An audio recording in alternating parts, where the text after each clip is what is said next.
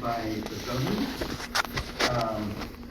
But I think what is important here is to remember that even though the civil society is not able to operate on the ground in the country, in Rwanda, and that alternative voices are systematically silenced or forced into exile, that there is still a movement of activists, a movement of human rights defenders who are outside the country, who are very active, who are trying to organize.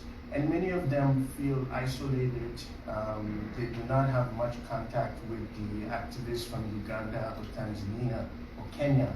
And there is a definite need for them to be in those networks, to be involved, to be heard, and to also for the community, the East African community and the people in the neighboring countries to hear the cries of the Rwandans, which are being muted by the government.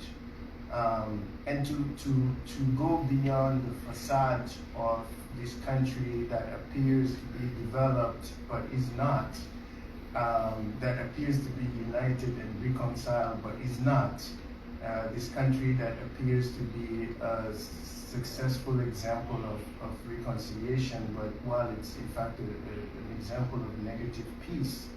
And the constant pattern of repression that goes well beyond the country's borders. As you know, the Rwanda's transnational repression is exceptional in Africa and even in the world in terms of its global reach and its scale.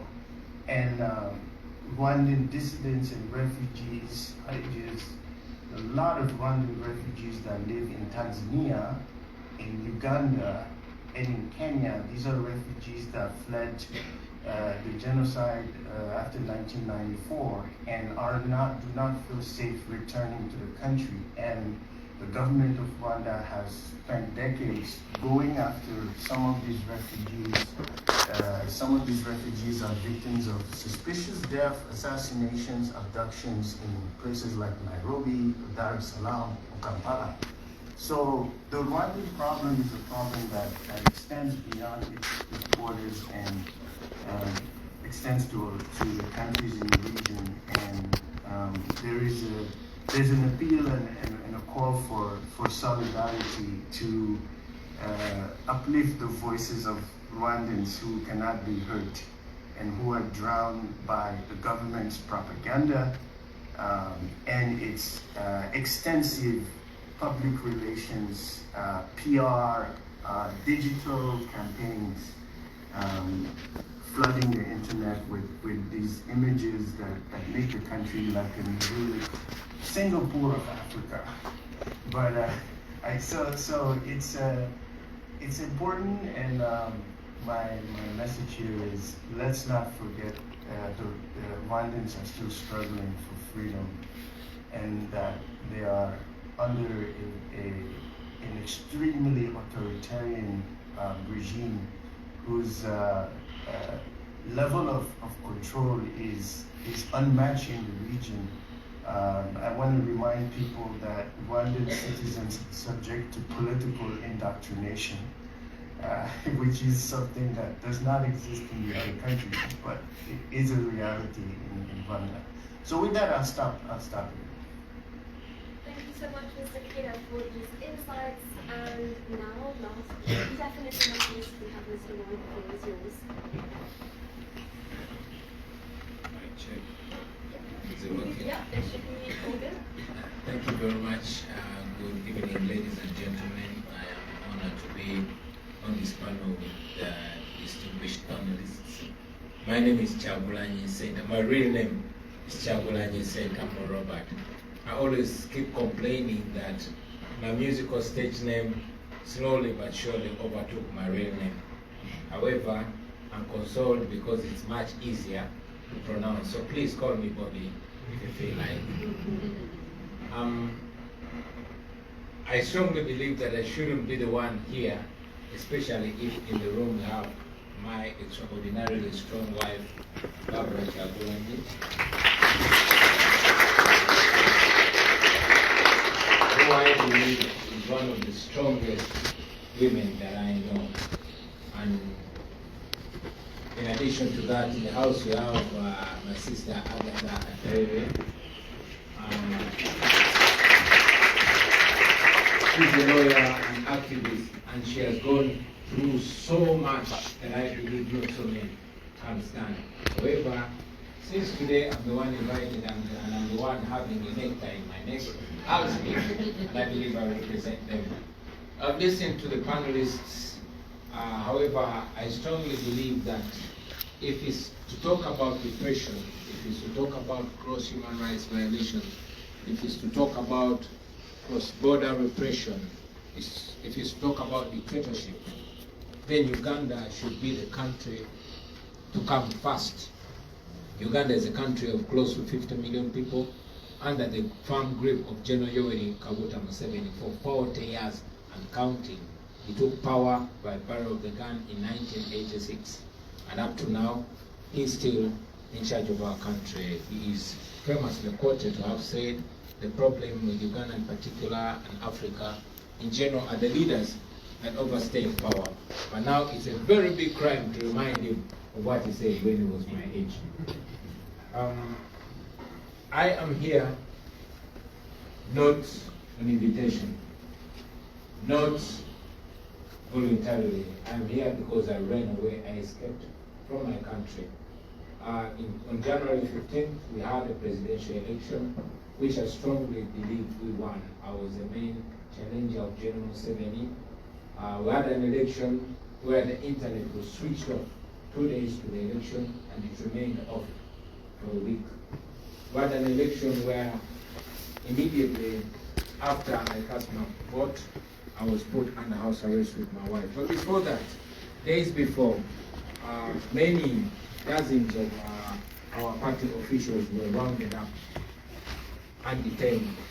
My two deputy presidents, who are women, were abducted the day before the election, and they remained missing for 2 weeks. When they resurfaced, they told an ordeal of being detained in a military barracks supervised by General Museveni's son, Muhoozi Kainerugaba, who is actually the Chief of Defense Forces in Uganda. Many people were abducted, they've not been seen again. My deputy president for the Uganda region, the most populous region, had his house raided by the military.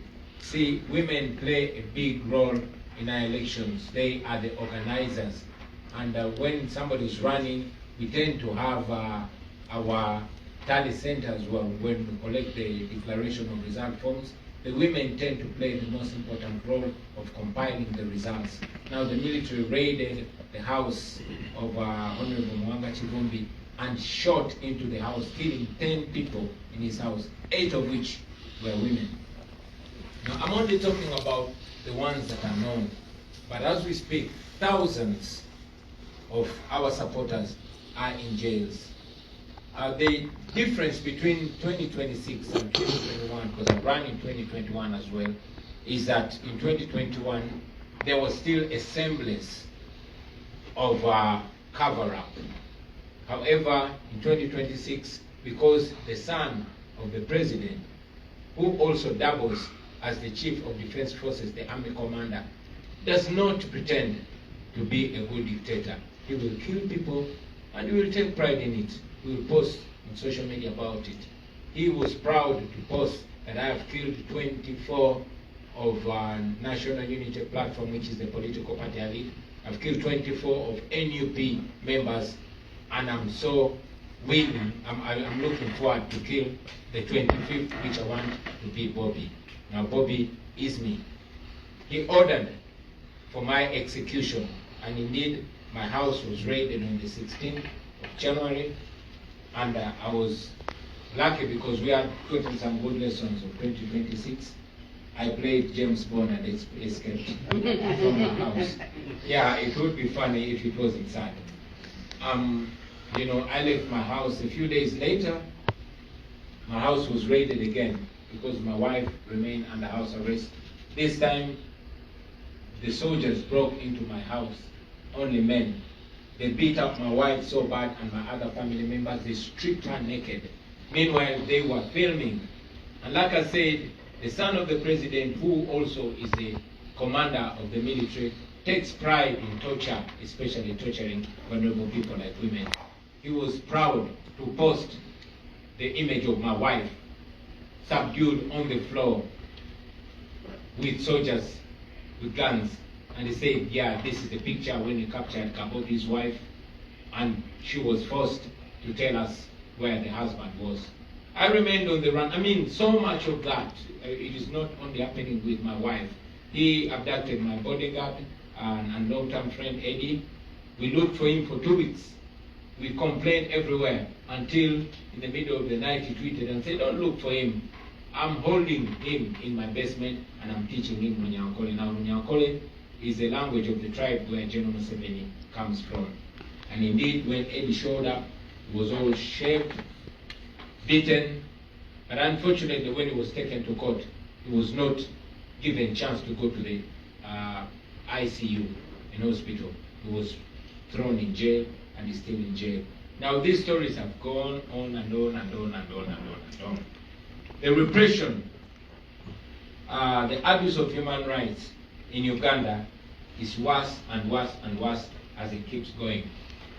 When people talk about the same, I understand when you talk about it in Tanzania, in Kenya, but like Trevor Noah one time joked, say in Uganda, it is worse.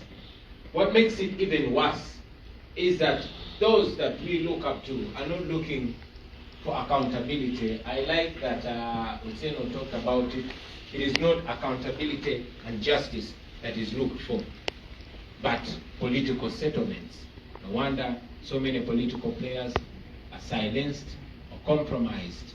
We have what is supposed to be the highest moral body, the Interreligious Council. Now the Interreligious Council comprises of religious leaders, leaders of all the religious sects that come together in what is supposed to be a moral body. They went to my house when I was being looked for, when the son of the president was tweeting every day, giving me 48 hours to show up or you'll find me and kill me, ordering soldiers to look for me everywhere and kill me. Again, my wife and family was under house arrest. They did not have food because nobody was allowed to go in my house or come out of my house. But when the Interreligious Council went to my house, what they were asking my wife to do, number one, there were two things. First is to warn me not to destabilize the country. And two, asking whether I'm willing to sit down with General Museveni. And I've said it many times, that we are not disagreeable to dialogue, but not transactional dialogue. And also reasserting ourselves that it's only free people that negotiate. And our negotiation should be about a transition and what works for our country, not how much money I want or what position I want as an individual. Now this has also been a big problem to us. We find ourselves in the United States and not in any country in Africa. Why? Because we believe that it is countries like the United States that wield power and influence over authoritarians like General Museveni. We are aware that for a long time the United States was giving up to $1 billion annually to Uganda in security cooperation. So we have always been requesting, not just the United States, but other development partners like the EU and the UK, that this aid should be conditioned to values that we all profess: democracy, human rights, and the rule of law.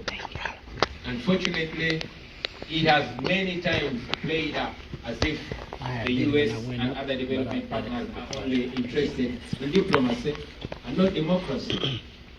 And that we believe that the more we and you friends echo that desire, that is what's going to work.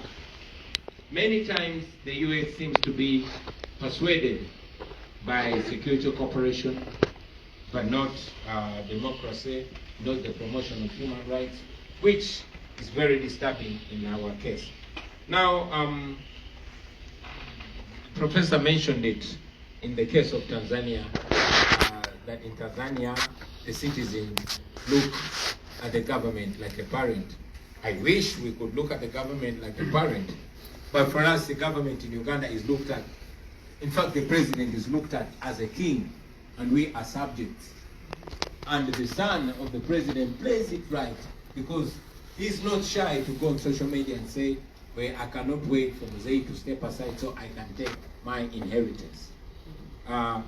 For clarity, I would request some of you, and I think I'm promoting him, please go and follow Muhoozi Kainerugaba on Twitter. That will help us, to speak less, because he helps us. He puts everything, and whatever he tweets, we believe it is in many ways their dinner table talk. Now, talking about trans-border repression, transnational repression. In the yesteryears, when people were struggling for freedom and for democracy, particularly in Uganda, they would run to Kenya, they would run to Tanzania. But when I was running out of my country, I could not board a plane in Kenya. I could not board a plane in Tanzania.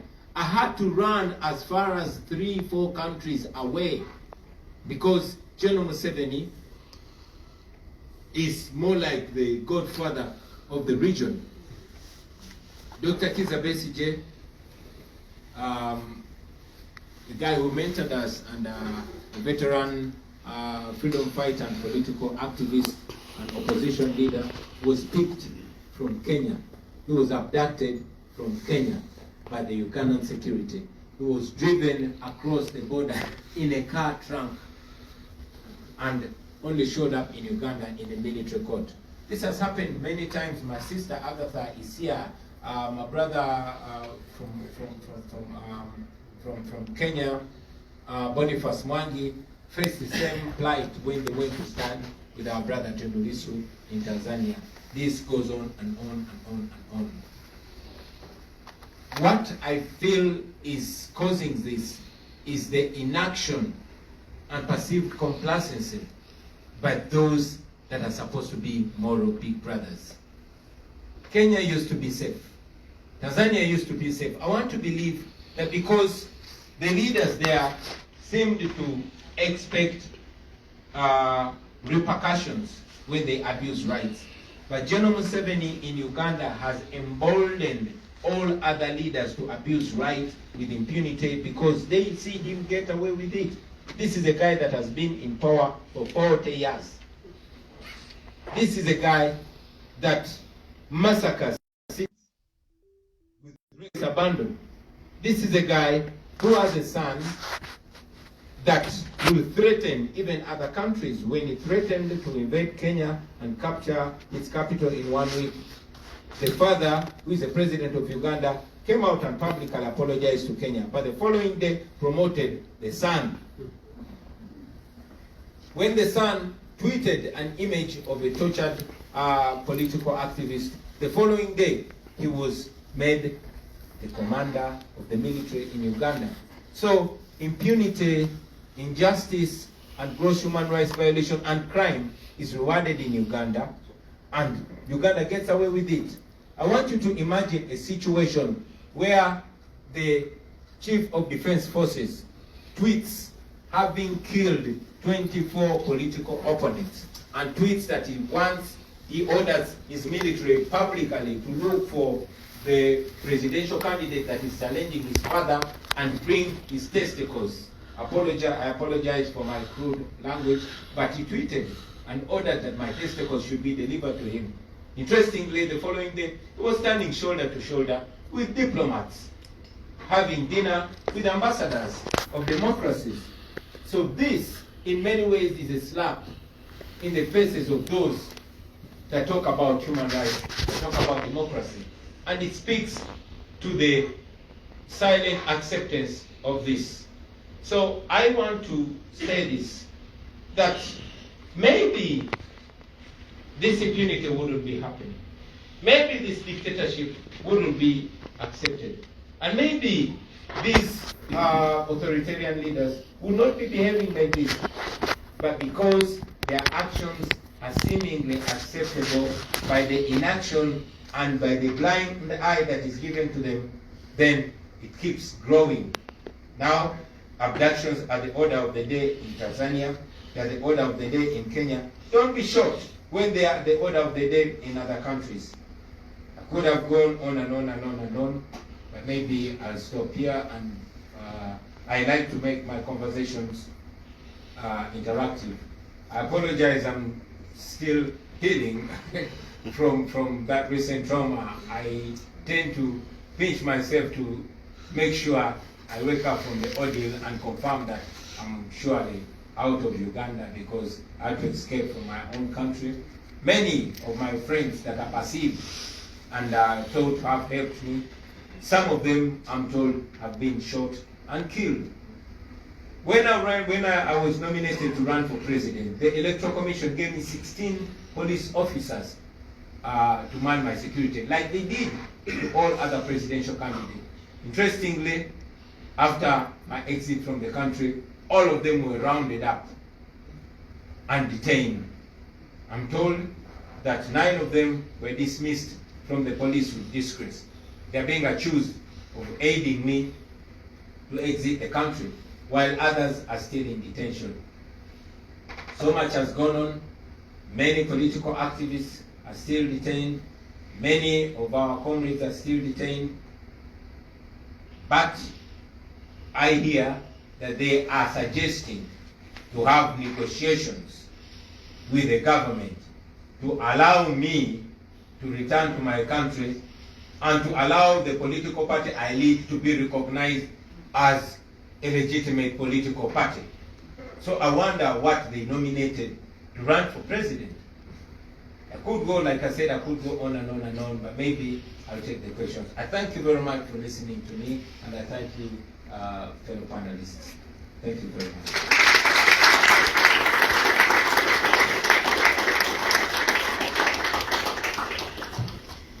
So thank you all for coming. We're now going to open the questions to the audience. We are at time, so if people have to leave at 7, we completely understand. But also, if you are willing and able to stay for the Q&A round, you're more than welcome to do so. What I would ask is that you come and line up on your side, because if you are in the crowd, the panelists online can unfortunately not hear you unless you have a mic. So I have a handheld one right here. And so I will be putting it over there, and then our panelists will answer questions. So if you have anything to ask, please stand over there and we'll be on this side.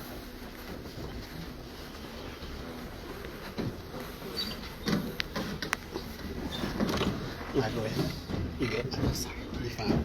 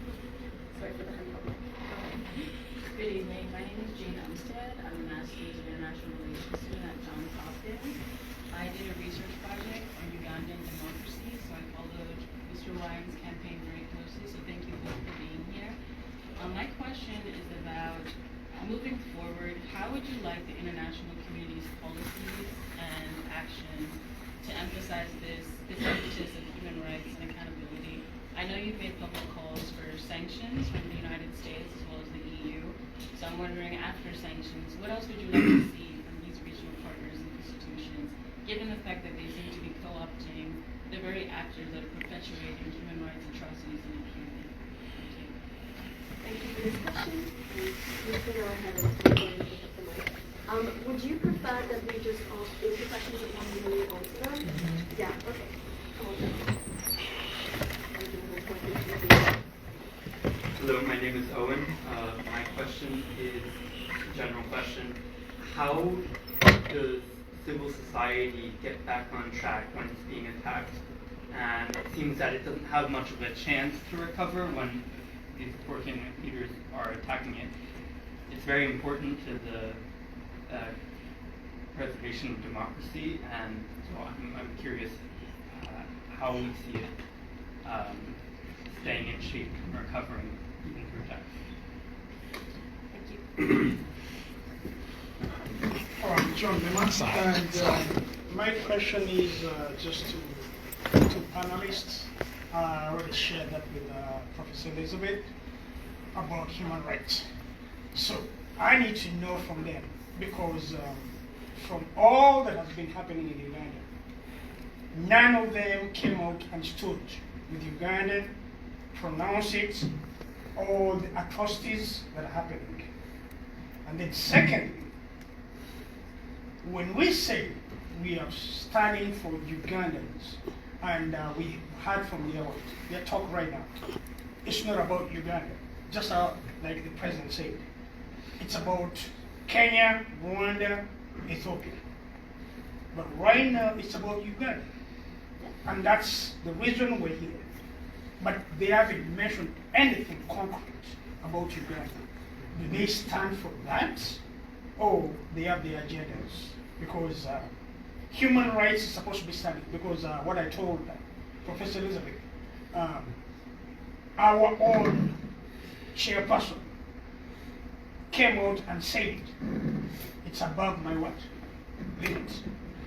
Because I can't handle this, they've threatened my life. So I'm not going to speak. The only person I know that spoke about human rights in Uganda, and I know the president knows, he was called Tom Buruku Bilet. He used to live actually right next to you, Bukoto Flats, the white flats. So he came out and told the president, I am not going to stand with you. So I'm asking all these representatives, what are they doing? Because all they do is pretense. We are tired of pretense. So I will need to listen to what they say. Thank you.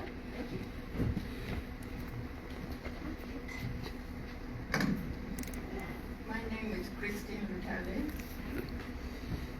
I'm here to stand on Uganda. When I was young, we helped a lot of refugees from Sudan, from Rwanda. I was a girl guide. We never had anything to do with the human resource activities, which has brought us here. But Uganda, you people, I should call it you people, including ambassadors, all have denied the suffering of Uganda. I remember when this thing happened, I called somebody here who is very important. And I said, our people are being killed, please, please, please. They said, that lady from Uganda every day calls here until I stopped. Whatever it is. Up to date, as he said, nobody talks about our people who have been killed in Uganda. Nothing. They have allowed one man or seven to play a game on all heads of states in the whole world. This business of sanctions won't help. Even during Amini's time, it didn't. They have their money. In fact, they have allowed Chinese to give Uganda quick money than through World Bank and IMF. We have been there with some other people here complaining. There's nothing which has been done. But this time, don't allow that man to play a game on you. He has made the whole world be useless. Sorry to say so. Thank you for your question.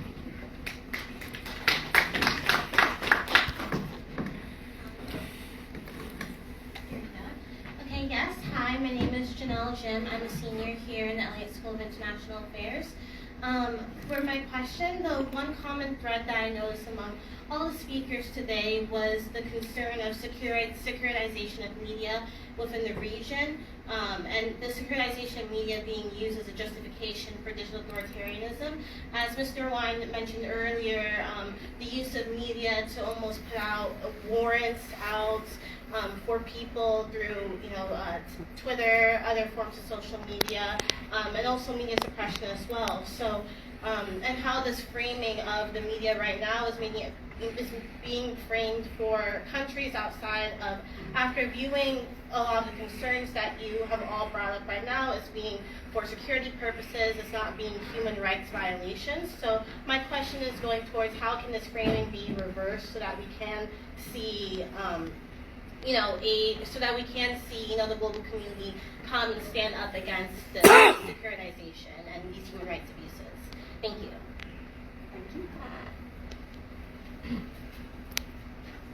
Hello, my name is Mary Ambolo. I'm an advocate from South Sudan. I have a couple of questions to Mr. President Bobi Wine. The first one should be how do you envision the upcoming election should look like in Uganda and in Africa, as you are someone who went through these challenges?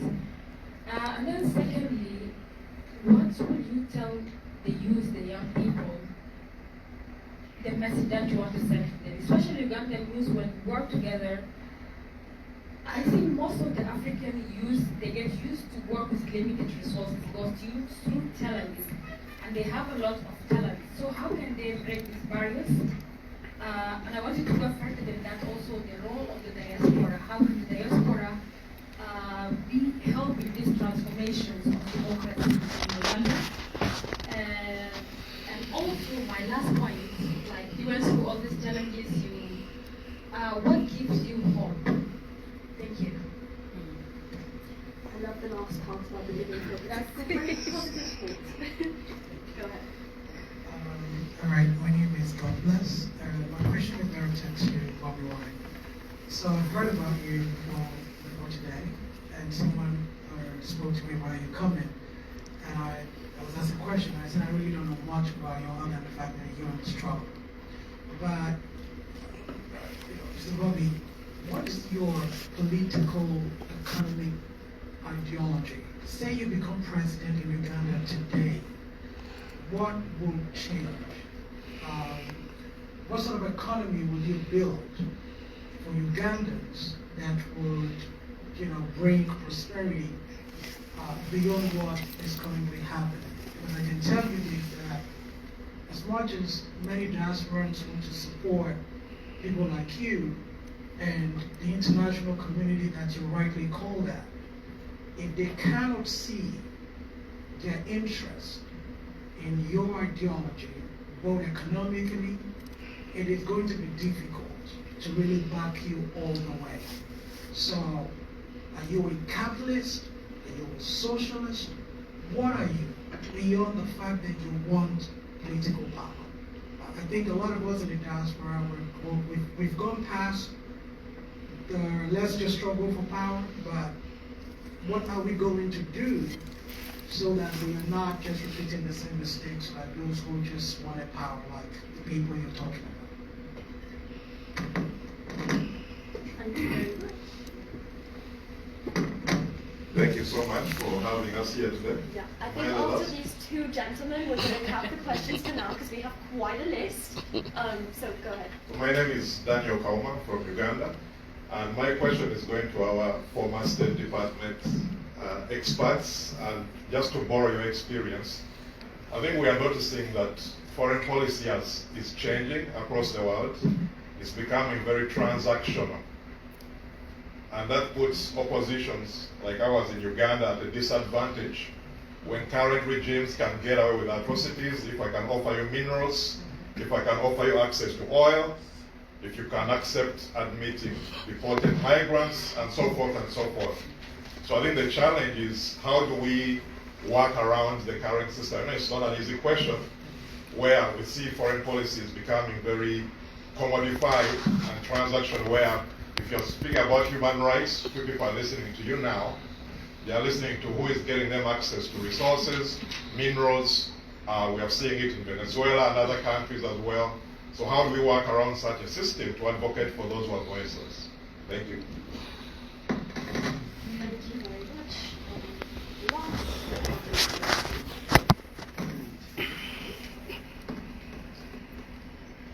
Thank you very much. My name is Chiveri Peter.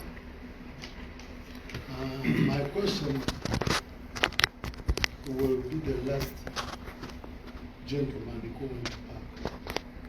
Because at this time I don't think Uganda will looking for any economic there are a lot of people kidnapped, killed day and the night. I'll answer the question.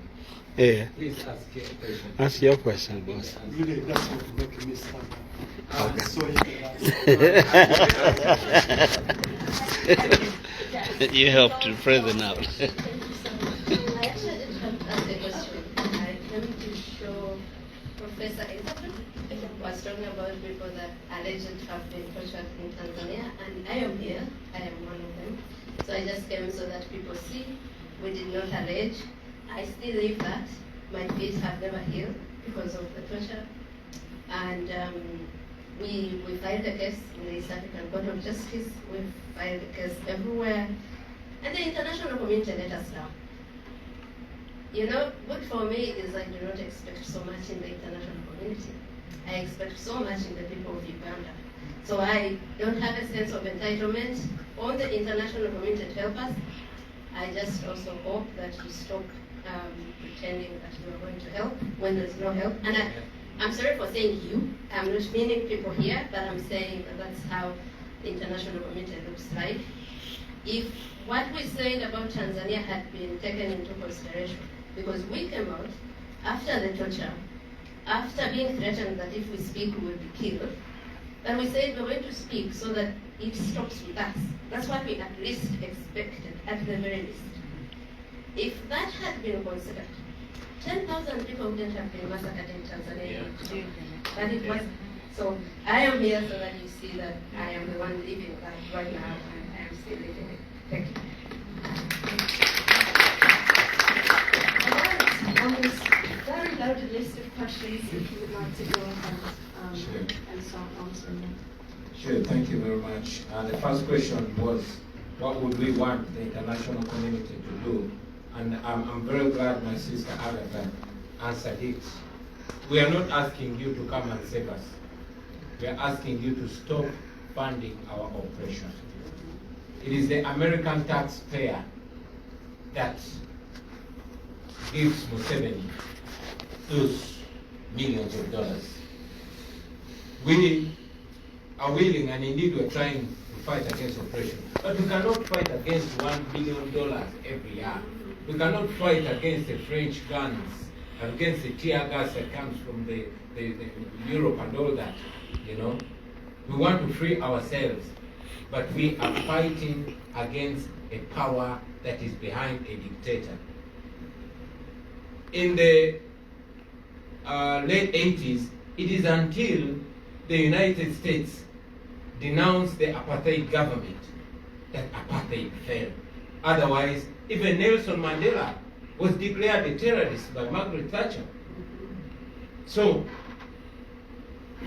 the dictators in Africa would not be surviving if they are not being supported by the West. Idi Amin was supported by the West until the West got his hands off him. The same was with Gaddafi and others.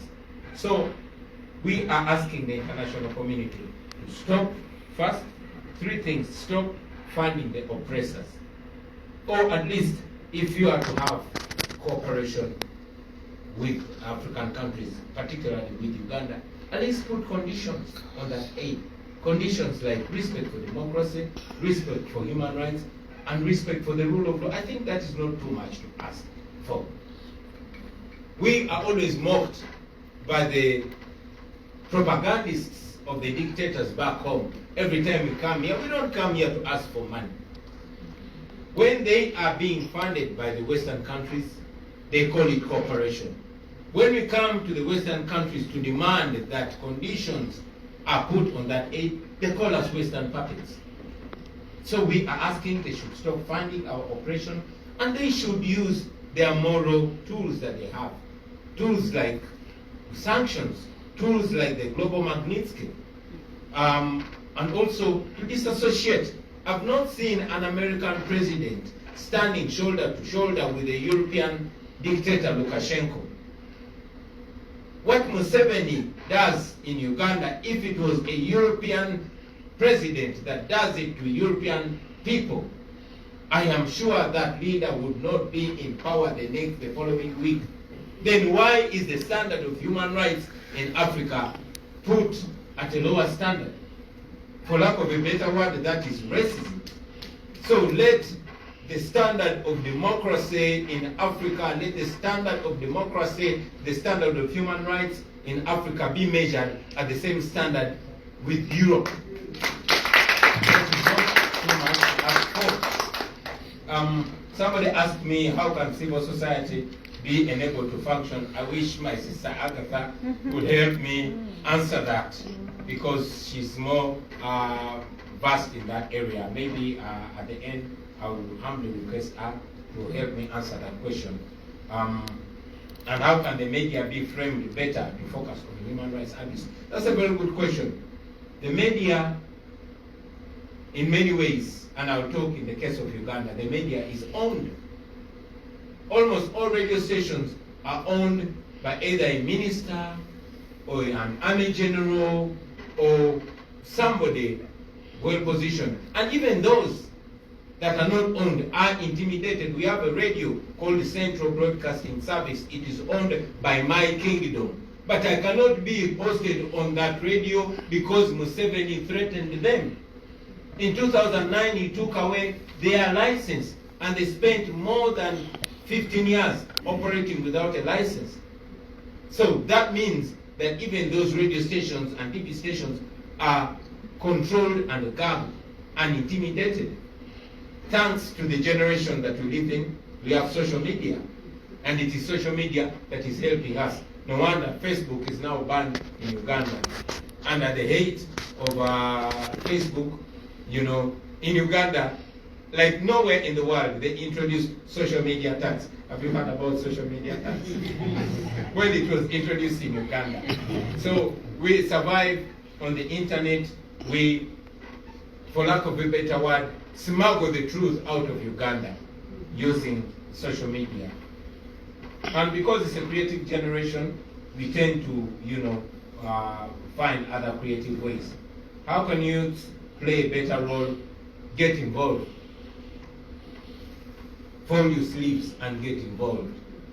This that we are doing for the generation to come, because we don't know how long we are going to live. We have seen anybody, especially in Uganda, who tries to stand up to a dictator ends up either in exile or in prison or dead. But to do it nevertheless, because we know that what we do inspires others. You take out one, others rise. You take out Besigye, Bobi Wine rises. You send Bobi Wine to exile, others rise. So pick a leaf, young people, and do what you have to do. After all, it is your future. I mean, yesterday I was a young man. Now I'm 44. I was a baby when Museveni came. I was 4 years. Now I'm almost a grandfather. So it is the youth that own the future. And to those in the diaspora, you have nothing like an excuse. You are safe. You are in safe spaces. You are not guarded. Use the opportunity. After all nations that have been liberated, their diasporas have played a very, very fundamental role. So get involved. Again, the same young man asked, what gives you hope? What gives me hope? History. History teaches us, yes, the young lady. Thank you from Sudan, South Sudan. History teaches us that oppressed people have never and can never be oppressed forever. Hitler was powerful, but he fell. Stalin was powerful, but he fell. Museveni is powerful, but he will fall. So that alone keeps us going, knowing that history is on our side, knowing that what we're doing is right. The fact that we've been arrested many times, Dr. Kiza Besigye, I think he's the most arrested person that I know. But he has never been convicted because the law is on his side. The law is on our side. And those of us who believe in God, we know God is on our side. And when God is on your side, my friend, nothing can stop you. So that alone gives us hope and keeps us going and going and going and going. Now there's some intellectual young man who asks, what is your economic, political ideology? I think, to me it sounded so elitist, maybe because I'm not so educated. But again, our mentor, Dr. Besigye, has mentioned it many times, that the intellectuals are the problem of our generation. I'm a freedom fighter, I just want to be free to choose. It is like asking a slave, what do you want to do with your freedom? Do you want to use it to go to New York? Or to go to, I just want to be free. I want to be free to choose. Now what if I'm a capitalist? Does that mean I don't deserve freedom? What if I'm a socialist? Does that mean I'm not supposed to get freedom? I thought freedom is the right to choose among options. As of now, we want the freedom to be citizens in our country. We want the freedom to have a vote. We don't have a vote in Uganda. We want the right to choose whether to be capitalist or socialist or none of the above. We don't have to explain, I don't have to explain to you whether I'm socialist or capitalist in order to be allowed to be free. So all we want is to be free.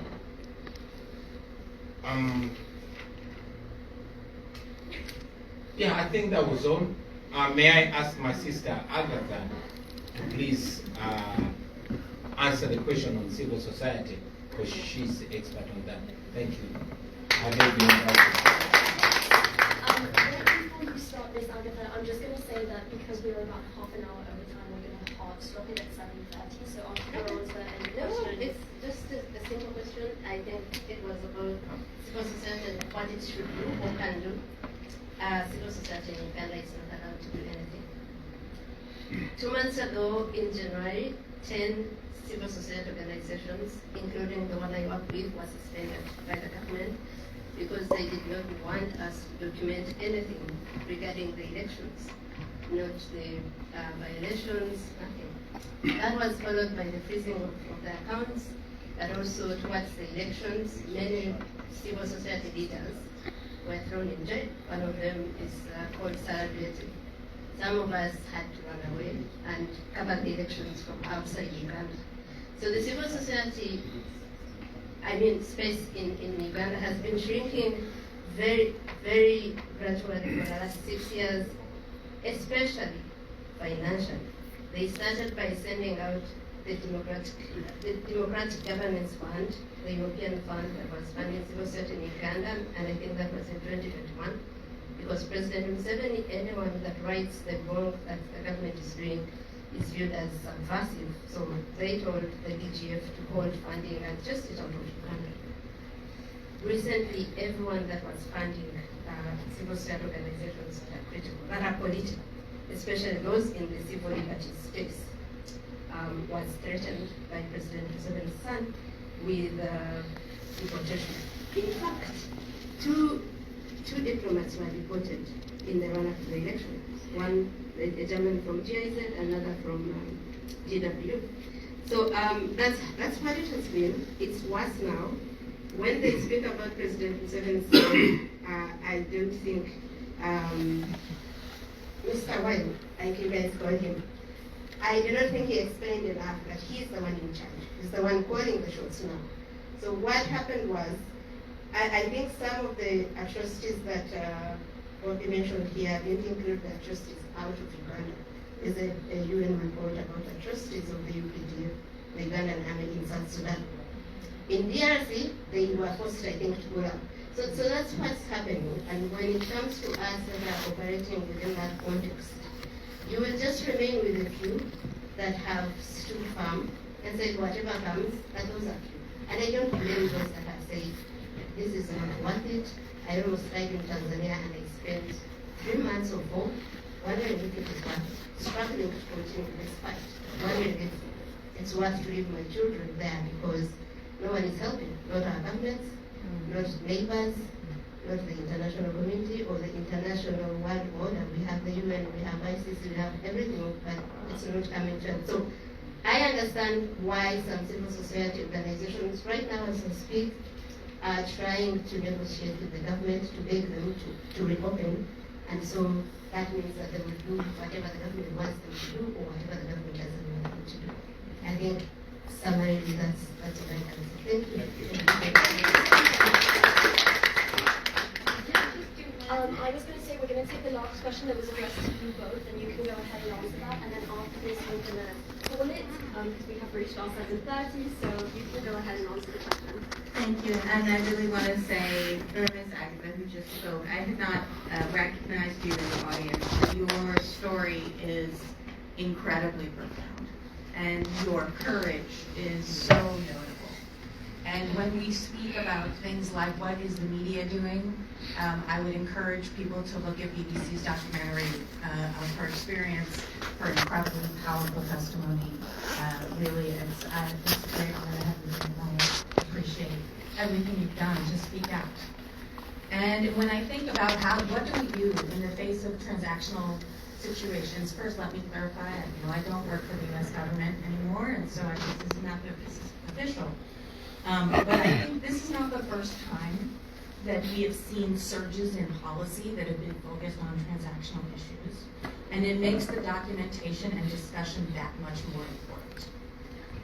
Over time, you can see that there are threads that we recognize because they've been saved, because people's experiences have been documented. So the courage that you showed to speak with BBC, the courage in your documentary, with National Geographic, I think this documentation effort is tremendously important.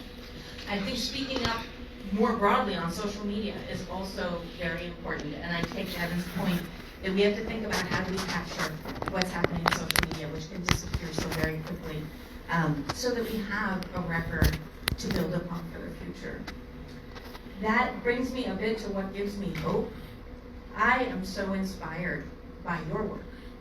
Your work gives me hope, because I can imagine the pressure to be quiet. I cannot imagine the pressure to be quiet.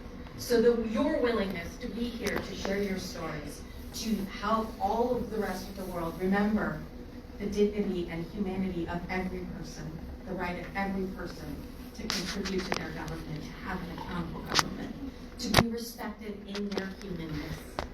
I really take inspiration from you. So thank you. Before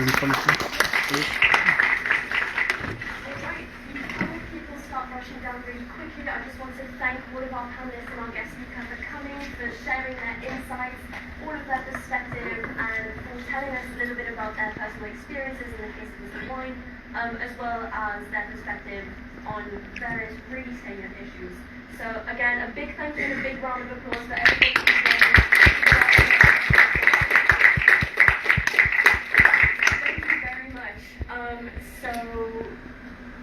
The event has now concluded. I'm going to ask the panelists if we could all stand right under the screen for a photo with our online panelists, and then we will be cutting the Zoom call. Mr. Kate Anderson and Maya, thank you so much for joining.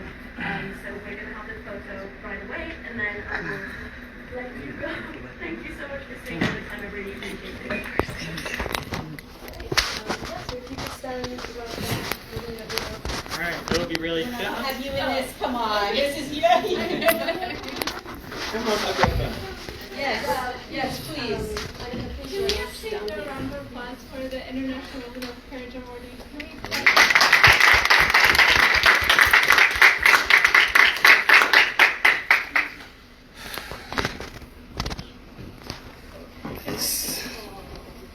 All right, everybody, look this way real quick. Look at me real quick. 3, 2, 1. The president is look not. This way. Now look at. Look at fast and really quickly. Thank you. Thank you so much. Thank you all. Thank you for all the photos. If you have any, you're welcome to send them to us by email.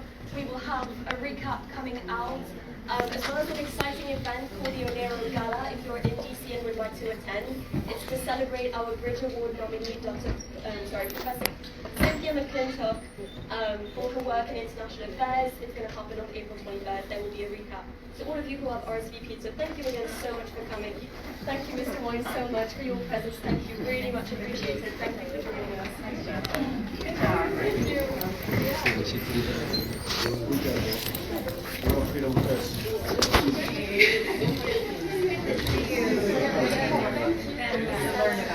Thank you all for joining us today, and I sign out.